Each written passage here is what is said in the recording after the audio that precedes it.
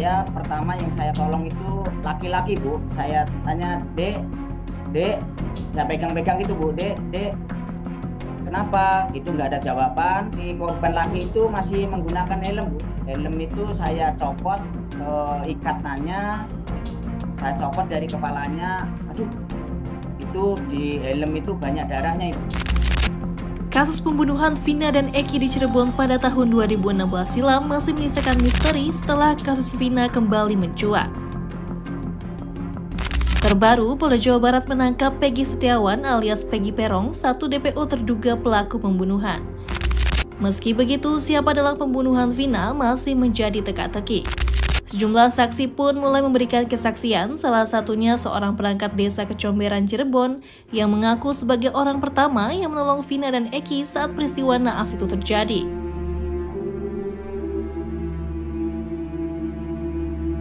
Yang laki, ya. Yang perempuan di sini, Pak. Kurang lebih dari darah itu 2 meter. Yang perempuan, yang sekarang yang namanya Vina. Ini berapa, Pak? Kurang lebih 5 meter atau 6 meter. 5 meter. Ya, posisinya tiduran. Dari sini semua aja sih. Posisi tiduran. Tiduran. Telentang di jalan. Ya, terletak di jalan. Korban perempuan 6 meteran. Nah, di sini. Posisi. Posisi motor, Pak ya? Ya, posisi motor posisinya ada di sini. Tinggi. Saat ini saya sudah bersama Bapak Suroto selaku perangkat desa Kecomberan Cirebon sebagai orang pertama yang menolong Vina dan Eki saat peristiwa 2016 silam itu terjadi. Pak, Bapak Suroto kan sebagai saksi pertama. Bisa Bapak ceritakan bagaimana saat Bapak menemukan Vina dan Eki 8 tahun lalu nggak, Pak? Ya. Waktu itu pukul 8 jam 20 ya, Bu ya. Kalau 8.20 ya. 20 saya datang ke Polsek Talun, biasa rutin tiap tiap tiap malam, Bu. Eh, Menuju pukul 9 lagi saya keliling ke wilayah desa kami, yaitu Beoper, jembatan Beoper Talun itu Kecomberan. Itu keadaan masih lancar-lancar aja, Bu. Belum ada kejadian-kejadian yang kita alamin ini.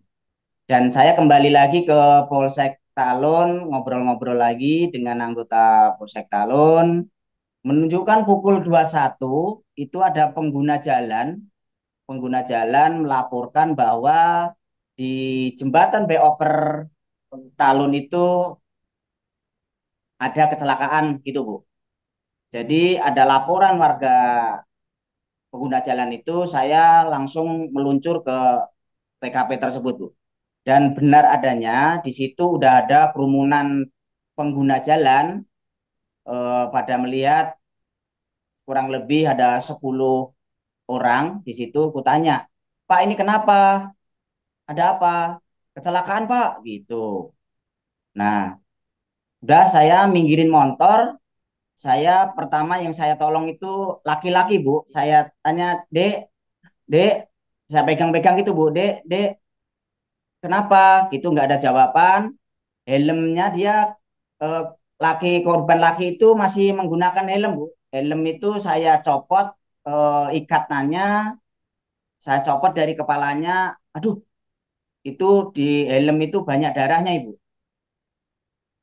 Di kepalanya laki itu ada darahnya. Jadi saya taruh kembali, saya langsung memonis ini kayaknya udah meninggal. Jadi saya nengok ke kanan, di sana ada perempuan juga tergeletak juga, tapi masih bergerak dan dia minta tolong, tolong, aduh, tolong, begitu, Bu. Jadi Vina sempat minta tolong sama Bapak ya? Iya, betul. Dan saya tanya, Dek, kenapa? Itu nggak menjawab. Saya jatuh, saya kenapa gitu nggak jawab, Bu.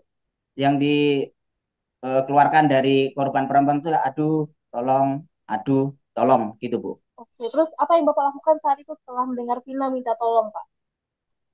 Dan nggak lama kemudian anggota Polsek Talun datang, kita bareng-bareng mengevakuasi korban laki ke mobil, Ibu.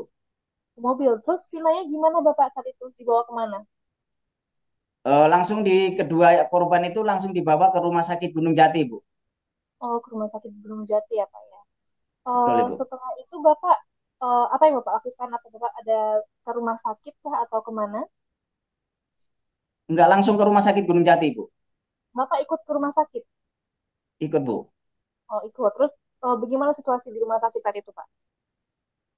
Tiba di rumah sakit, saya nggak ikut ke dalam karena waktu itu di lokasi TKP itu hujan dan saya basah, Ibu. Oh, jadi Cuma Bapak tidak sampai tahu di IGD. Ya, sampai di IGD aja udah saya nggak ikut masuk. Saya langsung balik pulang, Ibu. balik pulang. Setelah itu tidak tahu keadaan Vina atau Eki itu gimana kabarnya Pak? Dengar berapa hari katanya korban perempuan meninggal juga, Ibu. Oh, dengan berarti yang Eki dipastikan meninggal hari itu ya, malam itu sudah meninggal ya Pak ya? Iya, betul, Ibu. Betul. Vina beberapa hari setelah itu didengar kabar kalau sudah meninggal. Mm-mm. Terus Betul. Bapak pernah ikut persidangan nggak Pak? Kan Bapak sebagai saksi pertama pernah ikut persidangan nggak Pak? Ikut 2 kali, Bu. 2 kali, itu tahun 2 kali 2016. persidangan. Betul, Ibu. Itu Bapak beri keterangan apa saja saat sidang Pak? Keterangan ya sesuai yang saya sampaikan tadi. Awal pertama saya datang ke TKP itu nolong pertama ya laki-laki, nolong kedua perempuan itu, Bu. Oh, berarti 2 kali sidang dan Bapak beri saksian kronologi melihat Vina dan Eki di jalan dan juga menolong Vina ya. Betul, Ibu. Betul. Karena kan sudah 8 tahun berlalu ya Pak ya.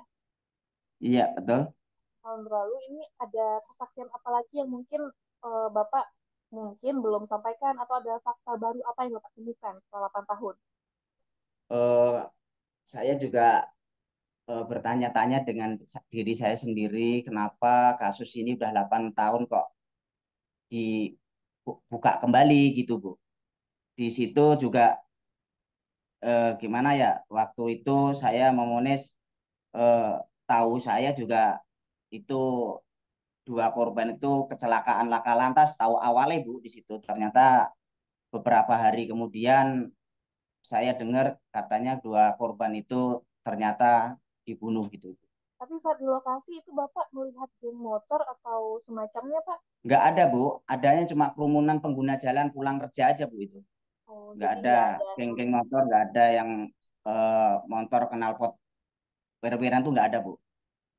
jadi cuma pengguna jalan ya Pak ya yang menemukan Iya, Vina dan betul, Eki. Bu. Iya, betul, Bu. Setelah setelah Bapak menemukan Vina dan Eki itu Bapak pernah didatangi orang nggak Pak? Kan sebagai saksi pertama tentunya sangat penting. Bapak pernah didatangi orang nggak, ditanya-tanya atau apa? Nggak ada, Bu. Nggak ada.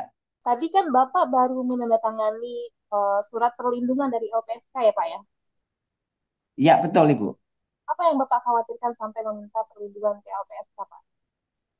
Karena saya sendiri udah konfirmasi dengan keluarga, karena kasus ini kasus besar, kita khawatir juga, Bu.